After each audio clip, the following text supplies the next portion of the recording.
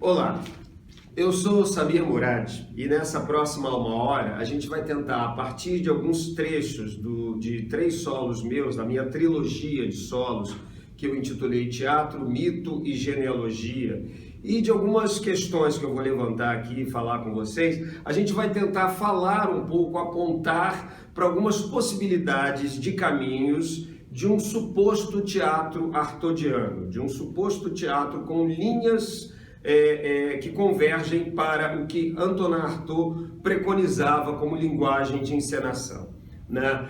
Por que eu falo suposto, por que eu falo possíveis linhas? Porque a obra do Antonin Artaud é tão vasta que seria impossível a gente tentar abarcá-la de uma vez só. Mesmo o Teatro e seu Duplo, que é a obra dele mais voltada para o teatro, em cada capítulo desse livro você vai encontrar inúmeras referências que apontam para desdobramentos que vão cair em livros, em citações, em quadros, em espetáculos do teatro oriental, enfim, inúmeras citações, onde cada capítulo já seria por si só um estudo à parte, né? Então, assim, o Artaud, como um poeta, antes de mais nada que foi, o primeiro contato dele com a arte foi através da poesia, ele via o teatro como um espaço poético, né, se contrapondo à excelência que o texto, principalmente naquele momento que o texto teatral ocupava na cena do teatro francês, que já era um teatro naturalmente voltado para o texto, não só para os clássicos do teatro francês, como para o próprio teatro que o Artaud chamava de teatro contemporâneo. Existia uma primazia do texto e uma primazia do psicologismo, né, do teatro realista. Era contra tudo isso que o Artaud se colocava. A gente pode dizer de forma bem resumida que a grande genialidade do Antonin Artaud, que o grande trunfo do trabalho dele, ainda que bastante pouco compreendido, embora muito mais praticado do que a gente imagina, foi que ele foi a única pessoa que conseguiu vislumbrar todas aquelas possibilidades naquele início de século XX. Tudo o que veio a partir do Artaud veio bastante tempo depois, direta ou indiretamente. Algumas pessoas como o Grotowski, como o Peter Brook, que são encenadores e escritores também de sua obra, o Eugênio Barba, o Victor Garcia, só para citar alguns, fora os diretores, né, propriamente ditos, José Celso Martinez Correia no Brasil, enfim, inúmeros pensadores, encenadores que trilharam esse caminho artodiano, direta ou indiretamente, eles beberam nessa fonte, ainda que sem saber, porque o Artaud foi tão aproveitado pelas décadas posteriores, principalmente a partir da década de 60, que a gente teria que pontuar inúmeras vertentes da arte, não só no teatro, mas na dança, na performance, no happening, em várias manifestações, no teatro-dança, nas artes plásticas, no cinema, na instalação, no body art, que tiveram, que beberam de fontes artodianas, né? Então, esse foi o grande legado do Artaud.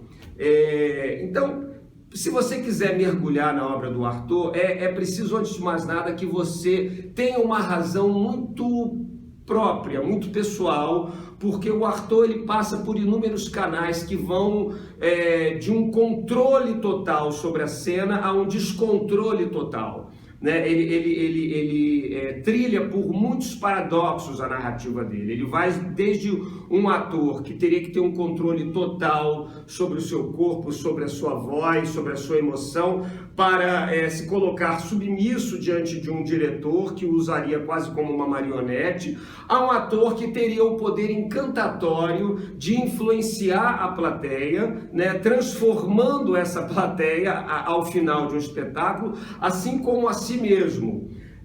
Então já existe um paradoxo aí. E ele também preconizava um teatro onde as coisas acontecessem pela primeira vez em cena, sem ensaio, sem preparação, e isso a cada dia diferente. Então existem muitos paradoxos que precisam ser lidos, antes de mais nada, como licenças poéticas que ele vislumbra de um teatro a ser pensado. Ele admite no final da sua vida que o teatro que ele tentou realizar era muito mais fácil de falar do que de realizar. Mas eu volto a dizer que o grande achado do Artaud foi justamente naquele momento ter sido o único a vislumbrar isso.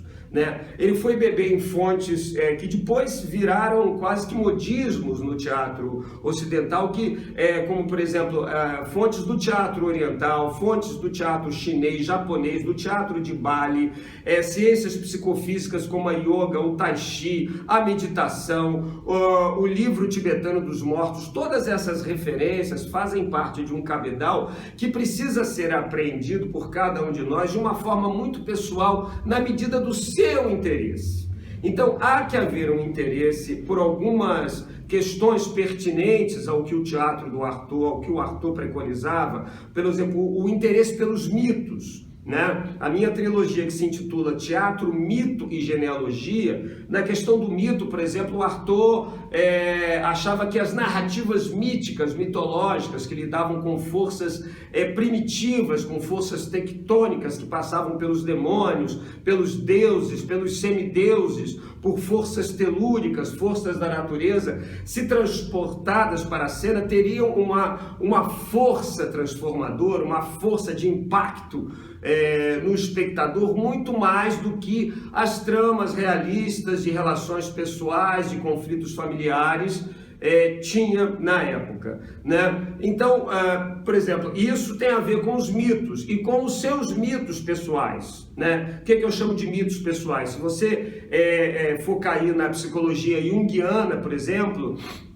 a gente vai conhecer um pouco dos arquétipos pessoais, do inconsciente coletivo, que são conceitos que, sem querer, o Artaud também tocou. Né? Então, se você se interessa por um aprofundamento na sua própria consciência, por um texto que nasce a partir dos seus interesses de um autoconhecimento e que passe por algumas camadas de outras ciências e artes que você possa se aproximar, como as mitologias, sejam elas mitologias gregas ou outras mitologias orientais, isso é um caminho para você chegar mais próximo dessa dramaturgia artaudiana, embora não seja a única, evidentemente.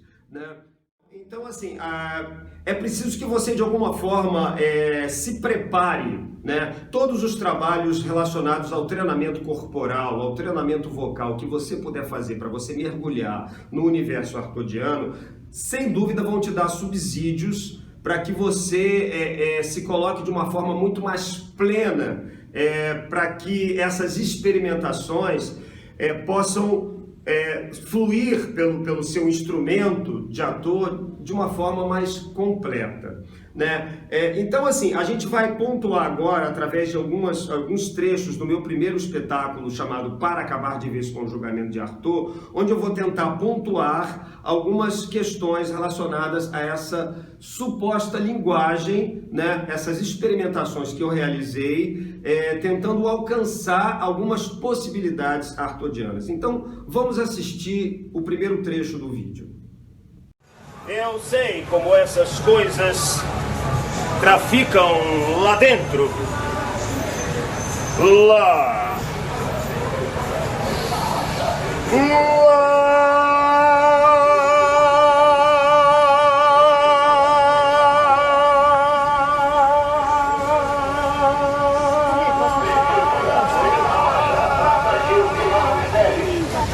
Onde os homens querem erigir obras. Eu não anseio outra coisa senão revelar o meu espírito. Chega! Serei compreendido daqui a 10 anos por aqueles que estarão fazendo o que vocês estão fazendo agora. E aí então, meus cabelos já estarão colados na cal da vala comum. Mas, apesar de tudo, eu consigo enxergar aqueles que irão me seguir e que ainda não têm corpos, pois os porcos de ontem à noite no restaurante comiam demais, enquanto eu já não posso comer sem passar mal. Ó, barato, isso aqui. Cara. Camarada, carreira.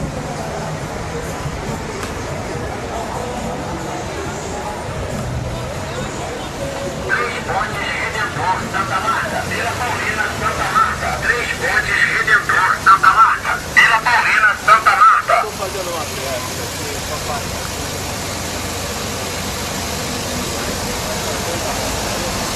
Muito obrigado por ter me ajudado.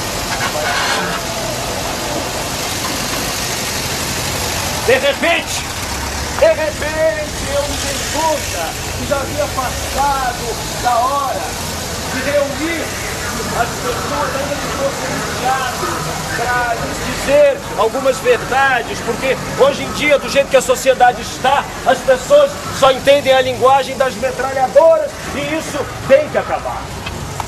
Houve uma época em que o artista era um sábio, um xamã. Ok, então vamos fazer uma rápida análise desse primeiro trecho aí desse vídeo que a gente viu, né? Começando com esse grito do lá. Então, aí a gente já demanda um certo treinamento de respiração para que você consiga fazer isso de uma forma controlada, confortável, né? Então, há que se ter um trabalho, né? Um mergulho nessa capacidade respiratória do ator. Então, a respiração que o Arthur tanto preconizava, que ele tanto falava da importância, a gente tem que prestar mais atenção nessa questão da respiração, né? E existem, por exemplo, a explosão do espaço tradicional, né? Ou seja, o personagem ator ou ator-personagem vai para a rua, ele leva o público com ele encontra outras pessoas que estão numa outra realidade e de alguma forma ele interage com essa realidade, né? A gente pode dizer, mas o teatro de rua faz isso. Faz, de certa forma, sim.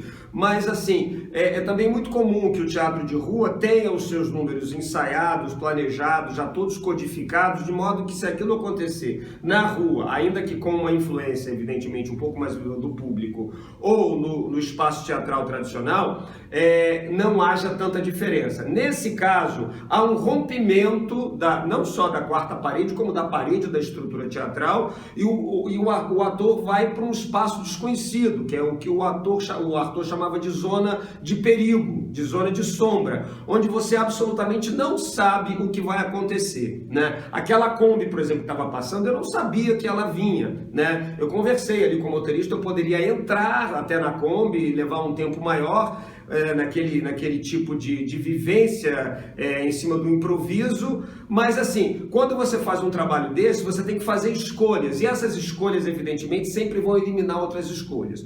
O importante é o quê? É você saber que você tem que estar o tempo todo com foco em você e no outro, e no entorno, porque ali não existe uma caixa fechada com um cenário onde você já conhece muito bem, né? O cenário é a rua, o cenário são os muros, os personagens são as pessoas que podem ter as reações mais variadas possíveis, né? E elas sabem que existe um elemento estranho que está interagindo ali com elas, que tem uma outra roupa, que fala coisas que aparentemente são diferentes das coisas que elas estão acostumadas a falar. Então é importante que você saiba que aquele artista ali, aquele ator-personagem, ele está interferindo, dando e recebendo o tempo todo daquela realidade circundante que não está inserida num espaço preparatório de ensaio. O que é importante é você estar preparado para lidar com essa zona de risco, com essa zona do desconhecido, como o Arthur colocava.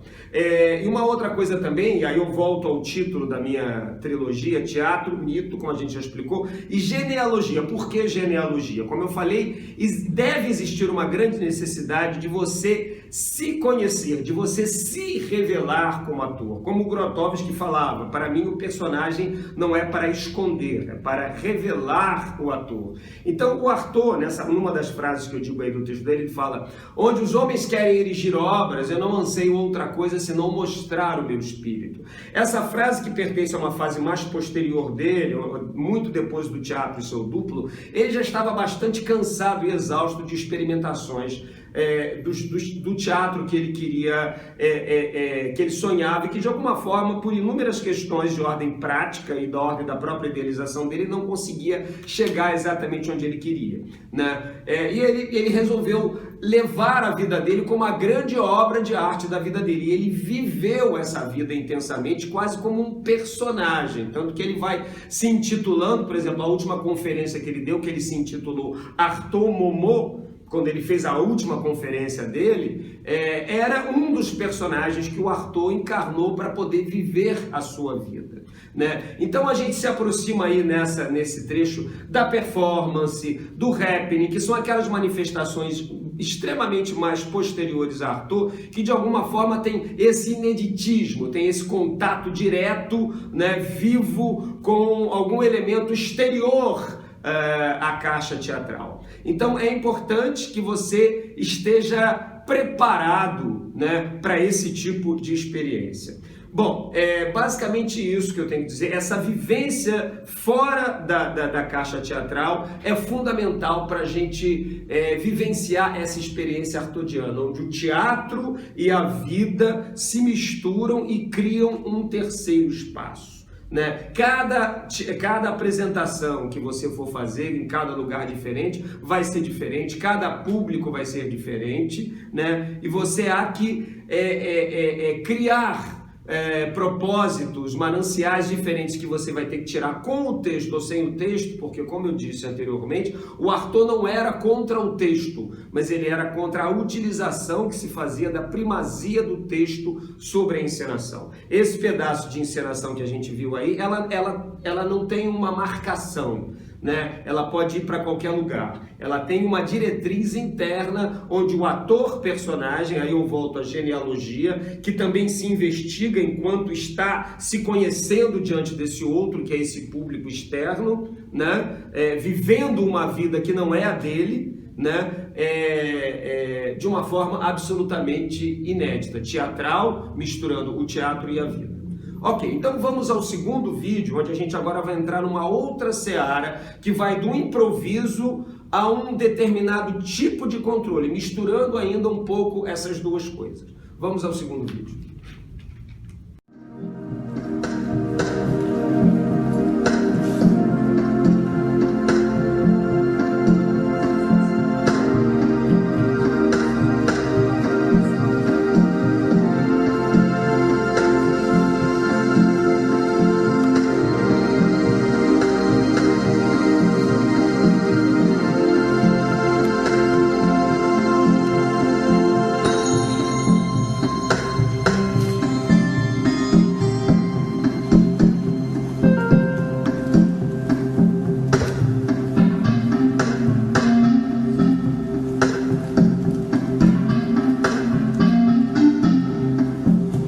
Preciso acreditar num sentido da vida renovado pelo teatro, onde o homem torna-se senhor daquilo que ainda não existe, e tudo que não nasceu pode vir a nascer. Não sou daqueles que acham que a civilização precisa mudar para que o teatro mude. Creio, porém, que o teatro, utilizado no sentido mais alto e mais difícil de todos, tem o poder de influenciar no desenvolvimento desta civilização. Aliás, nunca, quando é a própria vida que nos foge tão rapidamente, se falou tanto em civilização e cultura.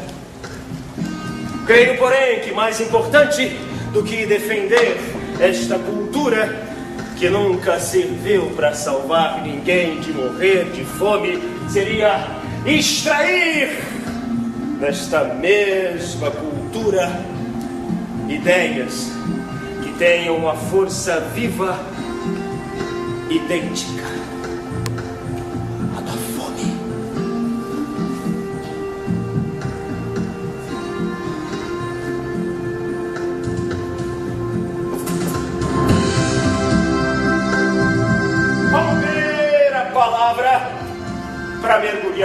na vida. Isto é refazer o teatro, onde conduzo a minha fatalidade e com o hieróglifo de uma respiração quero encontrar o sagrado, o mais distante que se esteja dos ritos e do espírito sagrado.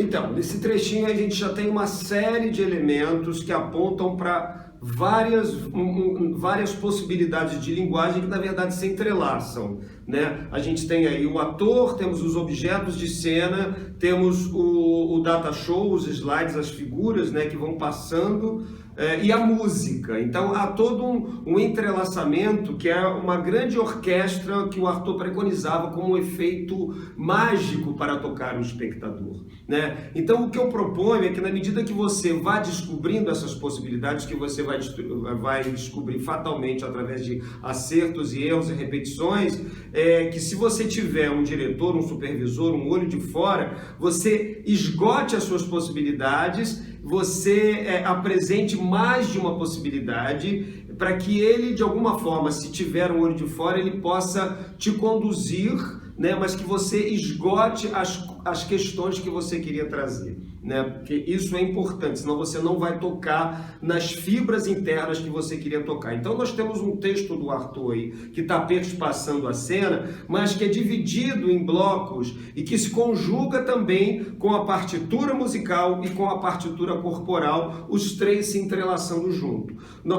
Nós temos objetos simbólicos que são tirados do universo artaudiano. O sapato, por exemplo, ele morreu agarrado a um sapato ao pé da cama. Então eu trabalhei uma posição de asana de yoga, são vários asanas que vocês vão perceber, várias posições de yoga que aparecem nesse vídeo, no vídeo a seguir, onde eu trabalhei uma posição simbólica, com aquele sapato na mão. Então a gente tem aí sapato, bengala, sobretudo, chapéu, cachecol, que compõem um objeto absolutamente surrealista, sem um sentido prático, e que vai se desdobrando em outros objetos fragmentados. Esses objetos vão ser utilizados ao longo do espetáculo de diferentes formas, com diferentes desdobramentos simbólicos. O importante você perceber nesse trechinho é que existe uma possibilidade de risco, de erro, né? E esse erro aparece para o espectador como uma outra maneira de ler o teatro, né?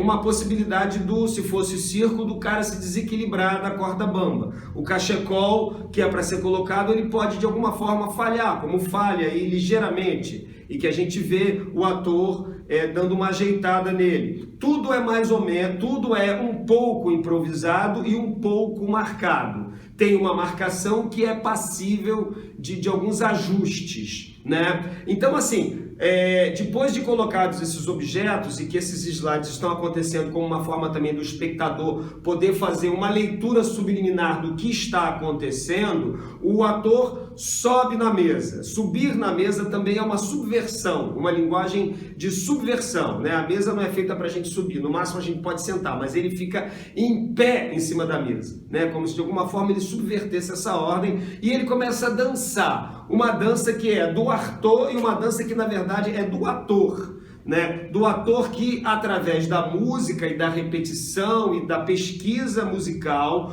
conseguiu trazer alguns mitos pessoais, que necessariamente não são mitos que o Artaud cita, mas são mitos que necessariamente não habitavam a psique do Artaud, mas habitam a psique do ator, e o ator atrás como forma de ilustrar esses fantasmas, esses arquétipos interiores, como o touro, a cobra, o furar os olhos, o poder voar como a águia, todas essas coisas que de alguma forma são ilustradas pelos slides, pelo data show, e que o ator vai, como se ele estivesse fabricando um pouco esses arquétipos, onde essa dança existe sim também uma marcação, mas existe um espaço para algumas coisas que podem acontecer e que podem, de alguma forma, aflorarem num determinado momento, numa determinada apresentação. E há um tempo a ser respeitado dentro da música. Há uma sequência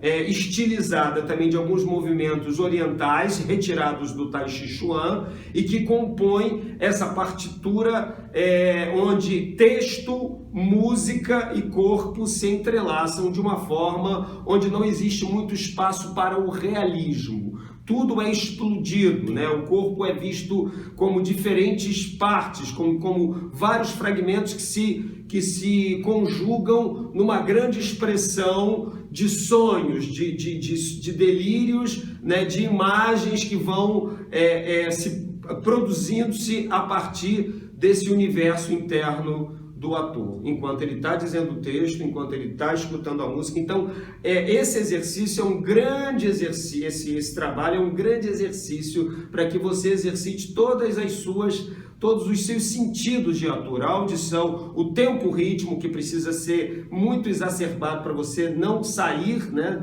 Saber entrar e sair dos tempos estabelecidos. No vídeo a seguir, a gente vai ver alguma coisa ainda agora absolutamente marcada, que também é uma coisa que o Artaud preconizava, esse total controle do ator, onde a gente vai também inserir alguns elementos de caráter de expressão oriental numa partitura, numa coreografia também agora absolutamente marcada. Vamos ao terceiro vídeo. E agora? Chega! Chega de delírio!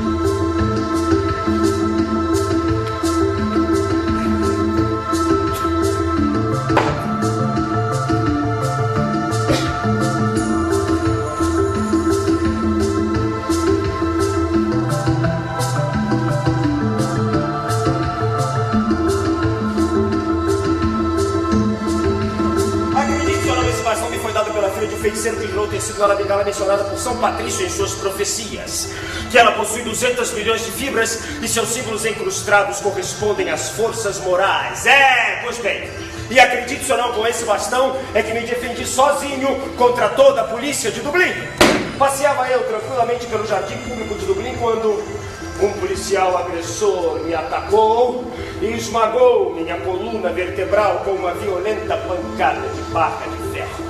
Cambaleei, mas não caí! Houve qualquer coisa que deve ter parecido um milagre, pois ainda hoje pode-se ver em minha cicatriz, mas os 2 pedaços de minha coluna voltaram instantaneamente a ficar colados. Voltei para o policial agressor e a batalha ficou acesa!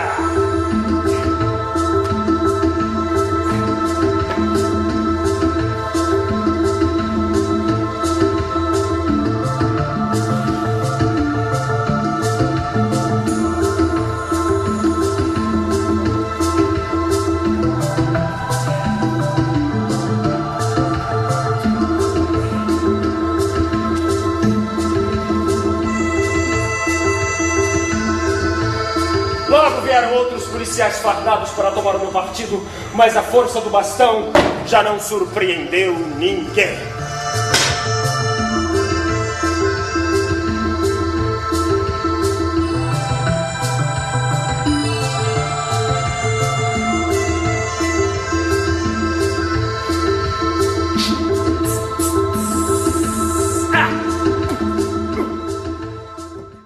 Bem, então, nesse trechinho a gente tem alguma coisa que já aconteceu no primeiro, só que de forma ainda mais marcada, né? A relação com os objetos continuamente retirados da vida artodiana. Aquele cachimbo, por exemplo, é uma alusão, uma experiência que ele teve com os índios tarahumarás, né, que usavam plantas alucinógenas, aquele círculo que ele faz dançando em torno da cadeira, como se fosse uma dança xamânica. E só para vocês terem uma ideia, a gente já existem estudos específicos da relação do teatro com os objetos, né? Só para vocês verem como é que o Artaud preconizou coisas, vislumbrou, profetizou possibilidades de contracenação, onde cada elemento de cena tem a força de um ator. O objeto tem a força de um ator, a música tem a força de um ator, enfim, todos os elementos são atores, independentemente da sua função,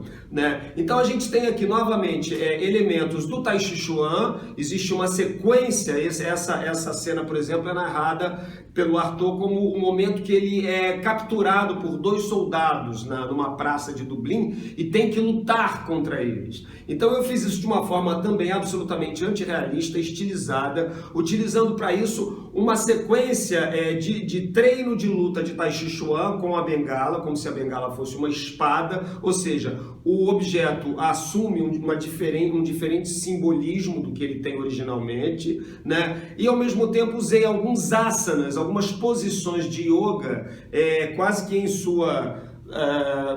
que reproduzidas, como se fossem quadros pictóricos, hieróglifos que o Artaud cita para denotar determinados momentos dessa luta, necessariamente não de forma também a reproduzir a realidade, mas tentando estabelecer uma forma poética, né, corporal, poética, de contar essa história, enquanto trechos do texto também são condensados em diferentes ritmos, em diferentes velocidades, dentro de cada bloco de partitura corporal. Então, esse tipo de criação também há que se experimentar muito. Então, percebam que, ao contrário do que a gente pode pensar num primeiro momento, o Artaud não tem nada só de colocar a alma para fora, né? Ele exige todo um treino, uma preparação, né? Uma repetição à exaustão de determinados símbolos para que esse símbolo chegue de uma forma mais essencial, mais clara, mais limpa e, por isso, mais forte, né? Então aí existem alusões à linguagem extraída do Tai Chi, da Yoga e de danças xamânicas. Então, falando de dança, treinamentos de dança relacionados a danças primitivas, a danças tribais, a danças regionais, sem dúvida são muito mais interessantes do que danças já estilizadas e tomadas como modelo já por um treinamento tradicional de ator, como balé, como jazz, como sapateado. Só para vocês terem uma ideia do que vocês de alguma forma devem buscar, priorizar para chegar num trabalho corporal mais amplo com o Artaud. Então, assim, a gente esgota o Artaud aqui um pouco. Vamos passar agora para o segundo trabalho, que é o Édipo e seus duplos, onde a gente vai introduzir um outro elemento, que é o pano. E vamos falar agora puramente de um mito, com uma diferença básica do Artaud, que é um trabalho onde existe um narrador principal, um ator-narrador, personagem que é o Édipo, e outros personagens que habitam nesse universo. Porque o Artaud também, sem querer, ele nos remete aos primórdios do teatro, onde existe o ator rapsodo, o ator antigo que narrava as histórias e trazia os personagens das histórias que ele contava para o seu próprio corpo. Isso acontece um pouco no Édipo, né? E o Artaud também falava dessa narrativa épica que também virou moda, né? Então existem várias manifestações do teatro contemporâneo que, como a gente está vendo, beberam no Artaud. Vamos então agora ao Édipo e seus duplos. O mesmo silêncio ambíguo que escutei dentro do oráculo quando fiz a pergunta que mudaria todo o resto da minha vida. De repente, o vento começou a soprar e as pequenas árvores da beira do caminho tiveram suas folhas sacudidas pelo vento. Pedrinhas se chocaram contra o meu corpo e pesadas nuvens escureceram o céu, cobrindo o sol. Decidi então seguir por um dos caminhos e então eu percebi que não estava sozinho. Ao longe eu vi e ouvi uma carruagem e eu pensei, puxa, é gente, quem sabe eu não vou com eles. Quem sabe eles não têm alguma coisa para eu beber? Quem sabe eles não serão meus verdadeiros amigos? Quem sabe? O vento foi parando junto com a carruagem e por trás da poeira que começava a baixar, eu contei 1, 2, 3 homens nada simpáticos. E aquele que parecia ser o chefe de repente exclamou: Polifante, segure os cavalos! Eles pararam a curta distância de mim, barrando a passagem. Então veio uma imensa onda como aquelas que agitam de todos os lados as praias do norte no inverno. Essa onda fez o meu braço se erguer e se abater com toda a força sobre a cabeça do rei. Eu vi o sangue escorrer de sua testa e, como se fosse dar um beijo nele, mordi a sua bochecha e cuspi sangue.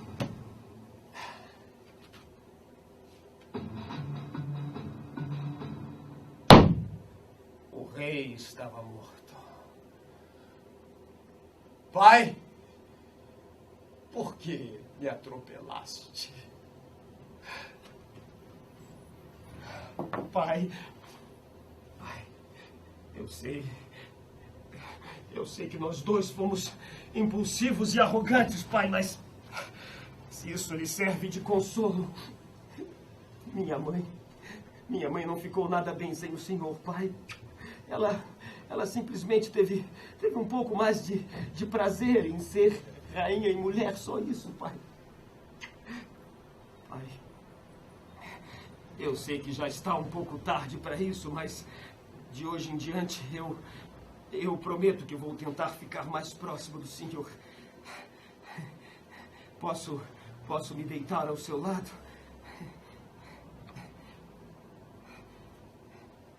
E, pai, eu não havia reparado, o senhor também tem os pés tortos.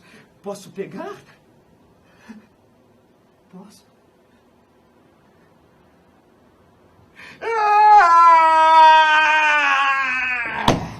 Sim! Eu também tenho os pés tortos e chega o seu pé para lá. O meu nome Laio quer dizer coxo, manco. E o meu pai se chamava Lárdaco porque tinha os pés voltados para fora, como a letra lambda. E você, ó Édipos, tem esse nome, pés inchados, porque eu mandei furar os seus calcanhares para que você não fosse aproveitado. Mas parece que existe um problema ancestral na nossa família com os pés e a terra.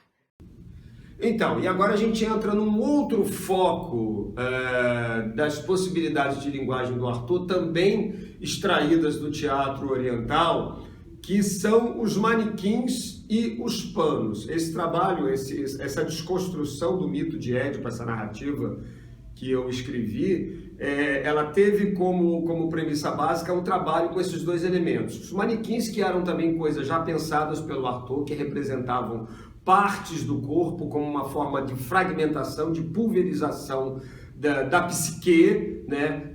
De uma forma surrealista, onde braço vai para um lado, perna vai para o outro, e eu quis trabalhar a genealogia do personagem do Édipo, fazendo com que esses personagens habitassem diferentes partes do seu corpo.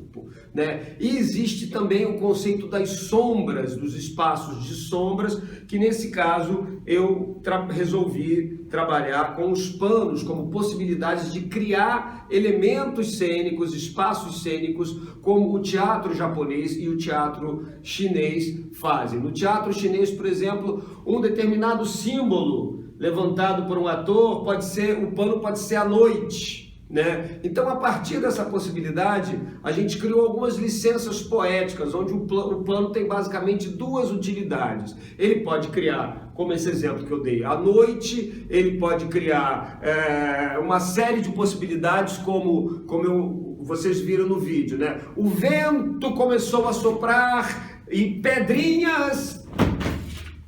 Você junta o movimento com o som do pano, né, para criar outras possibilidades físicas sugeridas pela sua narrativa, ou seja, o texto ele se respalda numa realidade imaginária, onde o pano é o link de sustentação entre a sua palavra e essa realidade imaginária, né? Você pode utilizar ele ainda também como um elemento humano, como um corpo, por exemplo, que eu utilizo ali desse encontro dele com o pai, né, naquela carruagem, ou seja, o trabalho com os objetos continua. E os panos também podem dialogar com o seu próprio corpo, criando agora personagens, né? Você pode colocar, isso acontece ao longo dessa peça, você pode criar um personagem com uma máscara, por favor, senhor, não me mate. Você pode criar um personagem aqui, você pode criar um personagem aqui, você pode criar um personagem como a nossa Jocasta. Deus, por favor, me dê um filho. Eu orientalizei mais o mito do Édipo e fiz a Jocasta quase como se fosse uma muçulmana que pedia, implorava aos deuses por um filho. Então, os panos, eles podem criar inúmeras possibilidades. Existe todo um estudo que também é concernente ao trabalho do ator, que leva o ator à necessidade de conhecer melhor seu corpo. Então, a gente traçou um estudo simbólico das partes do corpo, visto por algumas mitologias antigas, onde, por exemplo, o joelho corresponde ao pai. Então, aquele diálogo que ele trava com o seu próprio joelho, na forma do pai que está caído sobre o chão, é o desdobramento simbólico dessa parte do corpo. Então, você pode enriquecer a sua narrativa, essencializar a sua narrativa, sem precisar de muitos elementos externos, a partir do seu próprio corpo, né? O seu joelho pode ser um personagem, o seu pé pode ser um outro personagem, você pode estabelecer um diálogo. As vozes que você vier a criar não devem ser vozes que você acha, que você acha por acaso. Há que haver uma pesquisa, uma tentativa de colocar, por exemplo, de descer a voz para o seu pé de alguma forma e tentar ver qual seria a voz dessa parte do seu corpo, para que não fique uma coisa também só preocupada com o efeito de diferenciar pela diferenciação, né? Então, há essa fragmentação do corpo, onde você pode trabalhar também com uma suposta manipulação. Por favor, o que o senhor quer comigo? Me deixe ir, volte aqui! O que você queria? Senhor, por favor, eu só estava levando o mito de Édipo, por favor, não faça isso comigo. E você pode estabelecer um diálogo. O espectador aceita isso, porque isso é uma convenção que você estabeleceu lá no início da peça, né? Novamente, existe o ator rapsou do personagem, ou seja, há essa mistura, não há uma construção psicológica, né, à semelhança do que o Arthur preconizava, mas sim uma junção da sua figura física, da sua busca interna, do seu corpo, das suas possibilidades e limitações corporais, né, que se valem de uma pesquisa pessoal, genealógica, né, do seu interesse, onde você vai buscar, nesse caso, através desse desdobramento dos panos, né, que são extraídos, como eu falei, do teatro oriental, para que você possa ampliar os seus recursos de expressão. Então, necessariamente, o pano não precisa ilustrar o que você está falando, né? Como naquela ação que eu falo, naquela hora que ele encontra o pai, que o bastão vai subindo lentamente, e você pode trabalhar, como eu falei, inúmeros tempos, ritmos, né? Isso aqui é uma coisa e isso aqui é outra. E você pode estar dando um texto aqui também, né? E trabalhar tudo isso também vai demandar de você uma certa precisão, um certo treino, uma certa intimidade com esse novo elemento que é o pano. Onde você pode estabelecer diálogos, onde você pode estabelecer monólogos, onde você pode estabelecer tríades de personagens, montanhas, né? Vale, você pode estar no meio do vale aqui entre duas montanhas, como existe outra cena que está nessa peça que fala disso, enfim. E esse pano, por exemplo, é de algodão cru, né? Ele é algodão cru, aproximadamente quase 2 metros, um quadrado de quase 1,5 metro por 2 metros, tingido de preto. Isso é um excelente instrumento para que você se exercite nessa nova linguagem. Lá vem ela.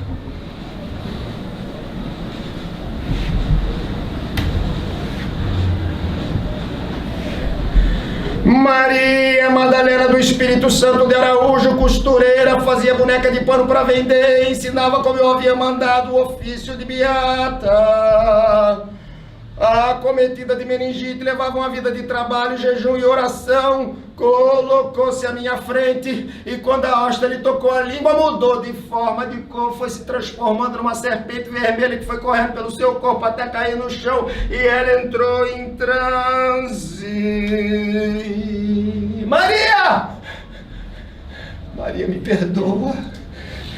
Eu sei que tu era uma santa mística como outras da história da igreja, que sangrava pelos pulsos, pela testa, eu sei que eu poderia ter contido tudo aquilo, mas tratava-se da minha crença de toda uma vida, a de que aquele povo precisava de um milagre que ia transformar essa cidade na capital da fé. Eu achei que ela podia ter curtido a língua, tido uma crise, uma hemorragia. Chamei médico, farmacêutico para explicar o que era inexplicável. Alvoroço, notícia correndo, e o sangue jorrou de novo, e outra vez, e cada vez mais forte. Êxtase, delírio, histeria! Ninguém se entendia. Surgiam, sumiam chagas no corpo de Maria, suores de sangue, visitava o inferno e conversava com Deus, inclusive latim com Jesus. Ela era o cavalo e eu o cavaleiro. Maria desafiava sem querer a macheza da igreja, dispensando qualquer intermediário para falar com Deus, subvertendo as regras de um jogo onde Jesus podia aparecer na Itália, na França, mas não com um padreco no Cafundel do Sertão. E então, vozes do povo. É a chegada do Messias! Promessa do reino milenar. Fim dos tempos. Cala a boca, maluco! Começou a peregrinação. A primeira romaria era o povo do Agreste chegando. Chuva de gente se penitenciando. O Vale do Cariri virou o Vale de Josafá. A Serra do Catolé, o Monte das Oliveiras. O Riacho Salgadinho, o Rio Jordão. Juazeiro, a Meca do Brasil. E o Padi virou João Batista. Eu levava paninhos para enxugar o sangue de Maria. E eles passavam a ser consagrados pelo povo. Bom, e finalmente a gente chega à terceira parte da trilogia, né? Que se intitula Cícero, a anarquia de um corpo santo, né? O mito agora é um mito nacional e é o padre Cícero que está em questão, né? Eu me apropriei da história de um mito tradicional, desconstruí esse mito, falando também da sua vulnerabilidade, das suas contradições como homem, colocando e submergindo ele num universo mágico para que esses fantasmas, esses personagens que habitaram a vida dele surgissem nesse momento em que ele está desencarnando, que ele está passando da vida para a morte, e falassem, conversassem com ele através do seu próprio corpo também. Aqui a gente chegou numa essencialidade do trabalho do ator, onde não existe nenhum adereço, nenhum elemento cênico praticamente, só esse corredor onde o personagem itinera. Então, assim, houve uma essencialização dos recursos do ator, onde eu pretendi, onde eu preferi, depois de utilizar objetos na primeira encenação, alguns elementos associados a outras linguagens, como música, como data show, objetos, manequins e panos no segundo solo. Aqui eu me limitei a usar o meu corpo e a minha voz como instrumentos prioritários e absolutos da linguagem de interpretação. E em função disso eu tive que potencializar esses elementos. Então, novamente, o que aconteceu aqui, particularmente relacionado ao Arthur? O sentido do sagrado. O sentido do sagrado em função de ser, acima de tudo, um personagem que lida com a questão do sagrado e do profano, que é um padre, né, com a questão da religião. Então aqui a gente exacerbou essa relação do teatro sagrado, do teatro como ritual, como rito ecumênico para a realização do acontecimento teatral, nos valendo naturalmente de alguns recursos de linguagem também extraídos do teatro oriental. Aqui a gente trabalhou com uma modalidade de arte, de teatro, dança chamada Butô, do teatro japonês. Naturalmente houve uma estilização, uma vez que o Butô não tem texto, por exemplo, né? O Butô é só movimento. E você trabalha com os seus mortos, com a energia dos seus mortos. Quer dizer, esses mortos na verdade se referem ao quê? À questão das memórias, dos mitos pessoais, das partes do corpo que de alguma forma te remetem a essas memórias, a esses mitos pessoais. E foi o que a gente fez. O personagem dialoga com figuras invisíveis, ele incorpora a Beata, ele incorpora figuras do povo, ele dá passagem a vozes do povo, como uma grande cacofonia, quase que esquizofrênica no bom sentido, né? De deixar o surrealismo, a fantasia, o sonho adentrar a cena. Então, mais uma vez, existe um rompimento das fronteiras realistas, né, de uma preocupação psicológica da construção do personagem do Padre Cícero, uma vez que não existe nenhuma semelhança minha, por exemplo, com o Padre Cícero, mas existe uma tentativa de aproximação do espírito, né, a partir de um estudo da vida, da trajetória desse ser.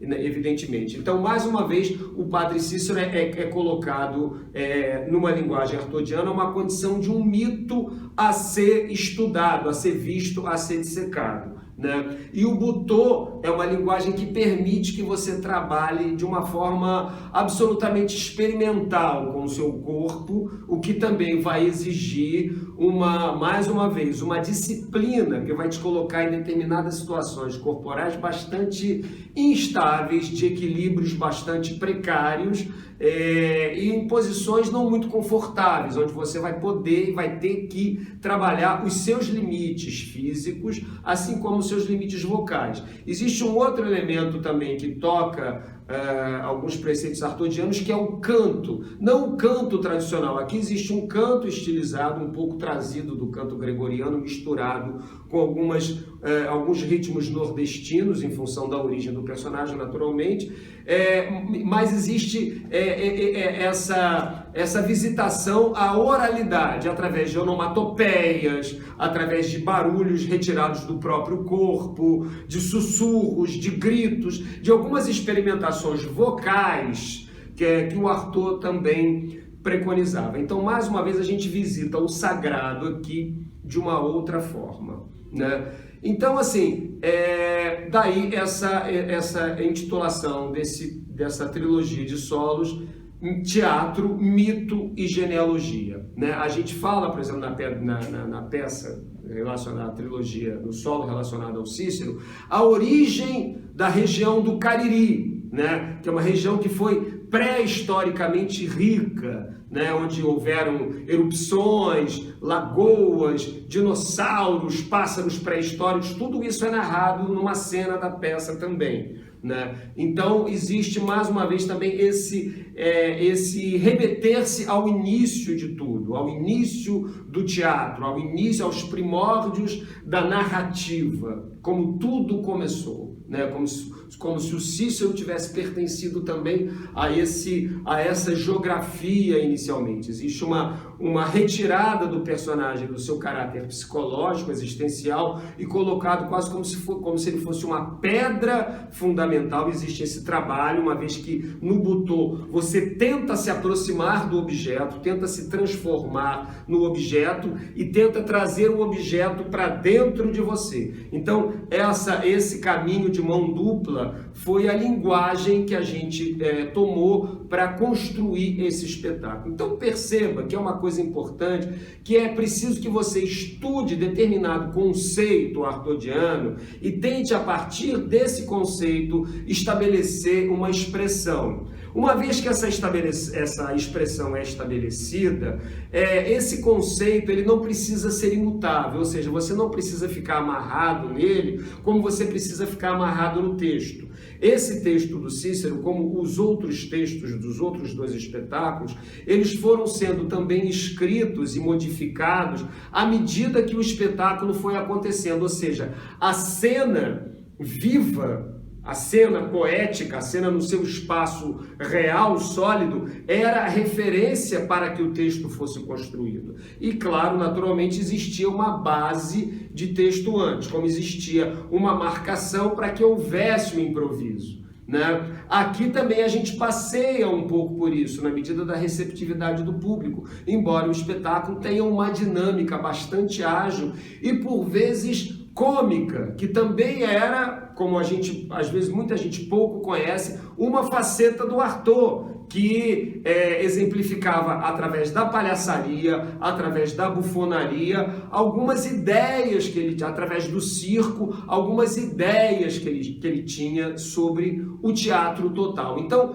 vamos tirar essa imagem que a gente tem do Artaud, de que o Artaud é uma coisa pesada, sombria, para baixo, porque não é verdade. Isso é uma faceta de profundidade que é importante utilizar também, desde que isso possa revelar outras camadas também importantes do que você quer falar no teatro. Quer dizer, quando eu falo quer falar, não é só falar com a palavra, mas falar com o corpo, falar com o espaço, dialogar com o espaço, dialogar com o espectador, ou seja, um teatro vivo, né, que não se insere nos cânones normais, às vezes, de decorar somente o texto, cumprir uma marca e dizer aquele texto todos os dias da mesma forma. Então é necessário que você estabeleça um diálogo, se você for um ator empenhado em descobrir essas possibilidades artodianas no seu trabalho,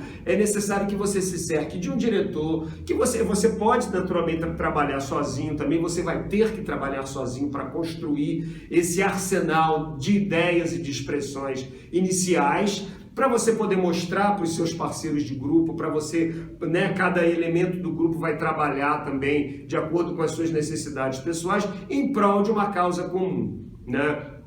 Então, a linguagem artodiana, ela exige uma pré-afinidade com alguns tipos de linguagem, né, que não se circunscrevem muitas vezes numa dramaturgia tradicional, num tipo de interpretação tradicional. É importante a gente entender isso. Então, como eu estava dizendo, uma vez que você descobre um tipo de expressão, investe, aprofunda, né? Se você descobriu, por exemplo, que a yoga pode ser um caminho para a sua expressão, a partir de algumas posições, estou dando um exemplo, a partir de algumas posições da yoga, você pode criar as suas próprias posições autorais. A yoga não deve ser um elemento que vá te limitar, que vá te engessar, ela pode ser um ponto de partida. Então, isso é um grande barato de entender o Artaud, como o Butô, por exemplo, onde eu me inspirei para criar algumas formas para o Cícero, não pode ser um elemento que me limite, mas que me permita voar por sobre algumas questões algumas expressões estilizadas, preconizadas por Arthur.